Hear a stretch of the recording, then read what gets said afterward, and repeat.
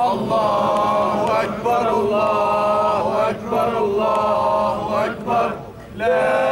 إله إلا الله الله أكبر الله أكبر ولله الحمد. maanta oo ay tahay maalin farxad u ah muslimiinta meel kasta oo ay ka joogaan caalamka waxaa si weyn ay ugu dabaaldegayaan ciida Carafa oo kamid ah ciidaha islaamka.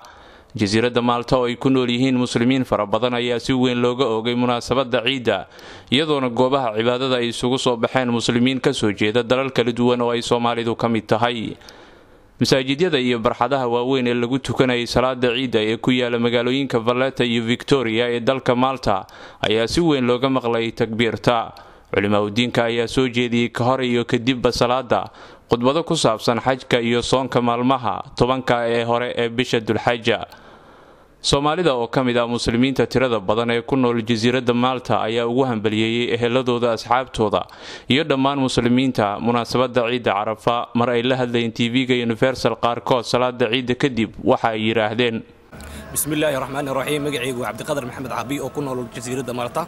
waxaan maantadan u hambalyeeynaya ummadda Soomaaliyeed meel walba ay joogto waxaan leeyahay kullu caam wa antum biqayr aad ayaan ugu faraxsanahay maanta Soomaalideena ku nool jasiiradda Maalta waxaan isku nimaanay meeshan inaan aad maanta u ciideysano oo meeshan ugu tukano salaad marka meeshan waxaan ka salaamayaa oo ugu hambalyeeynaya oo leeyahay ummadda Soomaaliyeed meel walba ay joogtiin ugu hul ciida waalidkayga sida hooyadeeyo kale فاضل نور عقال ولا له دمانتود والسلامية أنت مقالك مقالك تقانو. الرحمن الرحيم مقعي ومحمد عثمان محمود وكنا الجزيرة مالطا هل كانوا وحاهم بليه وقدرايا عيد وقدرايا مسلم كلهم مال والبيكوسويين أنا وكوسوين جزيرة مالطا وحان تهذاك هل كانت قدرايا عيدة هي الكي قدن خوي أنا جعل روح أحمد حاشي يا أبي عثمان محمود وكوسوين مقالة مقدشو حلا يوسف وقاس الصلاة waxaan ka imaaday magaalada Muqdisho gaar ahaan xaafadda Hordhigley waxaan ku noolahay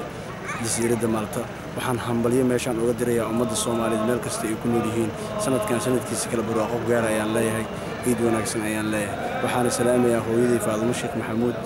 oo ku nool magaalada Muqdisho waxaan kaloo salaamayaa aabbahay Ugaas Salaad oo ku nool Kenya waxaan salaamayaa walaalahey dhammaan meel kasta ay ku nool yihiin ummadda codkayga iyo wajigayga taqaano. bismillahir rahmaanir rahiim magacayga waa Umar Cabdi Cali waxaan maanta ciid farxad leh aan ku ciideynaa Maalta waxaan salaan aad iyo aad u qiimo badan u diraa dhammaan muslimiinta meel walba caalamka joogaan qaasatan waxaan salaamaa asxaabteeda ugu qaaliga ah meel kasta ay joogaan waxaan si qaas u salaamaa hooyaday Nadiifa Xaash Maxamuud aabahay Cabdi Cali iyo dhammaan walaalahay meesha ku soo koobi kara Xasan Cali Maxamed dhamaantood waxaan kaloo si qaas u salaamaa asxaabteeda aad iyo aad ugu qaaliga ah qadar dheere قدر محمد عابي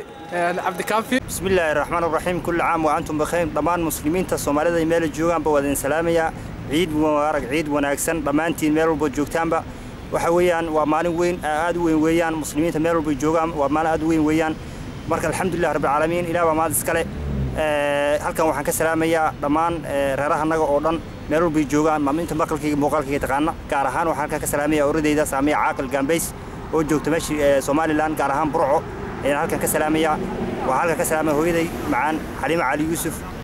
farxadda ciida Carafa ayaa ah mid si weyn looga dareemay caalamul islaam iyadoona muslimiintu ay isugu hambalyeynayeen erayo ay kamid ahaayeen kullu caam wa antum bil khayr iyo erayo kale